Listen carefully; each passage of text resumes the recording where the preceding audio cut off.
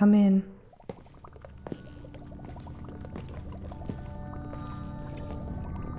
Fine.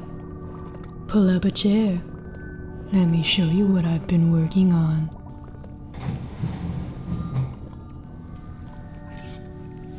I've been looking to build a creature to collect various items for my inventions. Eyes are a must to be able to scan for all the best junk. Our creature will be donned in a series of scrapped fabric. We'll be stitching that right up to finish off its torso. The back will have crystalline structures, just in case our monster gets into a bit of trouble. Our creature needs some legs to carry it on its search for new materials. Oh my, what tall legs you have there. Better to spot you with, my dear. Our arms will be equipped with scoop-like hands for optimal material collection. And finally, we'll add some thread as our monster unravels over time. All we need is a name. Could be anything, really. What about this? No. This? That could be interesting. I think that's the one. Allow me to introduce you to the Trinketer, collector of all things mysterious and strange. So, what do you think? I think it's time we start our build. Shall we?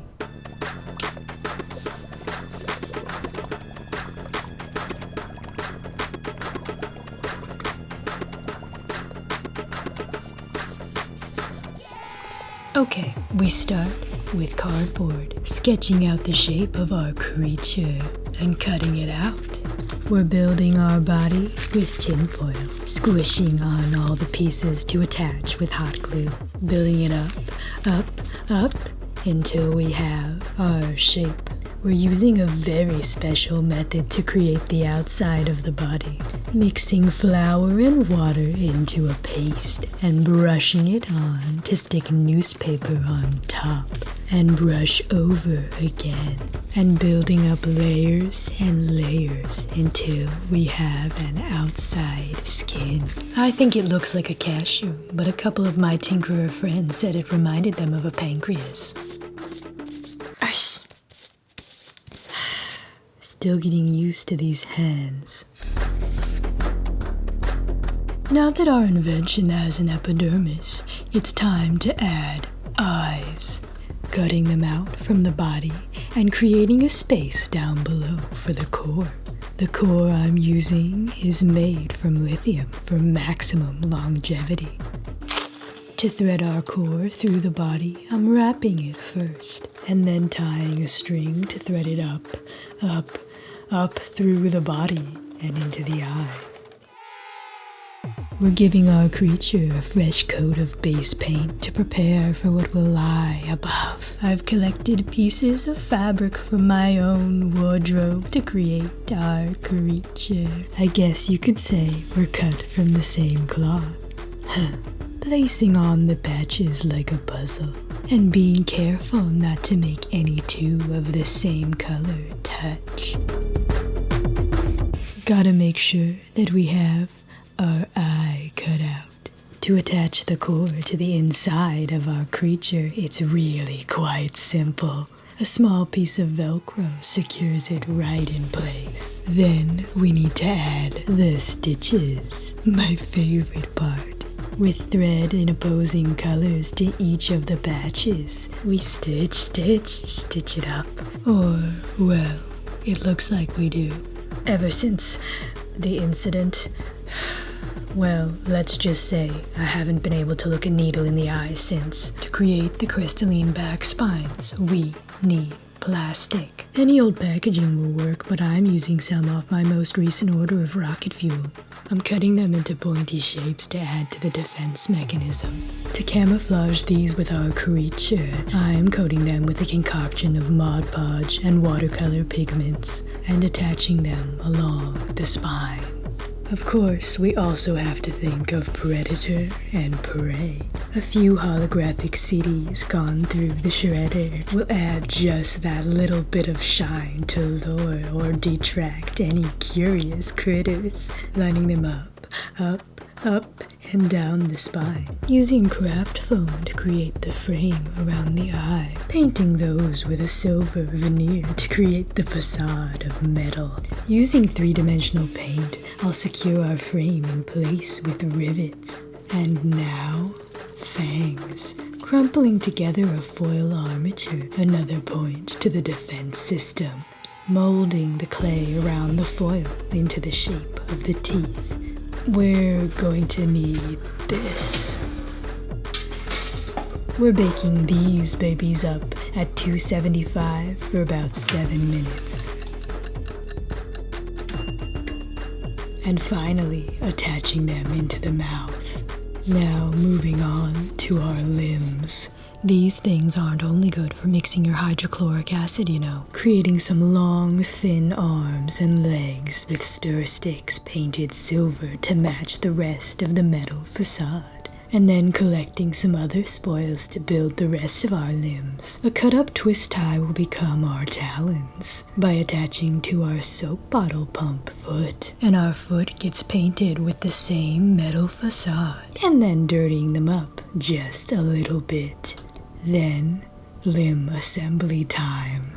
All the sticks get glued together and meet at a beaded gear joint. Our limbs might not function now, but that's what prototypes are for. We'll work out the kinks later, creating the crevices for the arms by cutting the places for them to slide into. Then, we need to create some hands, which take form from a novelty ring. Don't worry, I'm a professional. In order to do its best work, the Trinketer needs to be able to scoop up all its best findings. These halves of the ring give us the perfect foundation of our hands. All they need is a fresh coat of silver paint. All of the joints are covered by frayed fabric pieces to blend them in with the rest of the creature's body. And then we must build its lair. The base starts with a cardboard shape, accommodating to the creature's stance. Then building up terrain by layering cardboard on top of each other to create three-dimensional shapes. To add variety, we also add some crumpled up foil once again to create rock formations and add on to the existing pieces. Once again, using our flour and water mixture and layering newspaper on top, and then layering the mixture on again. For our final layer, we paint our mixture on again and stipple a rock texture on top. The layer is a reflection of our creature, so in order to mimic it, we are painting with a black base and then laying patches on top like a puzzle, and then stitching it up just like our creature. We're hitting our rocks with a light dry brushing to bring out the three-dimensional texture, and then creating worn and dirty areas within the layer. What is a Trinketer without any trinkets? First putting in some gravel to lay down the foundation. Then, of course, we have a spider friend. Friends can always be found, even in the most unlikely of places, like the top of a Halloween cupcake. We'll give our spider friend a home in our nest and start adding the rest of our trinkets to our collection. You just never know what will come in handy later. I'll add some webs to make our spider friend feel more at home. Our Trinketer finds itself in odd places more often than not, so we'll add those stories to the outside of our creature. As the Trinketer takes its place in its lair, it finally gains its arms as well. The scoops are attached to the rest of the arm, with a notch to slot the pieces together perfectly, adding the appropriate weathering on the scoops, and including some spoils as well. It's time to wire this baby up. We're powered by embroidery floss, and finally hanging some threads as it unravels over time. So let's send our Trinketer out for a test run. What do you say?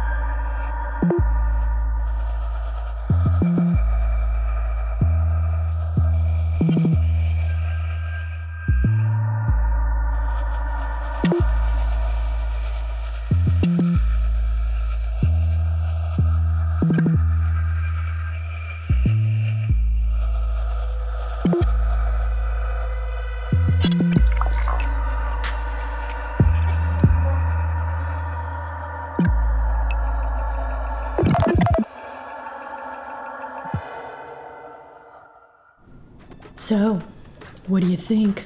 I think we're ready to leave the prototyping stage, but that one's top secret. If you're interested in my wardrobe, I'll talk to you about that over on Patreon. Hope to see you there. But if not, I think it's time you took your leave. Don't let the door hit you on the way out. Or maybe do. Happy Halloween.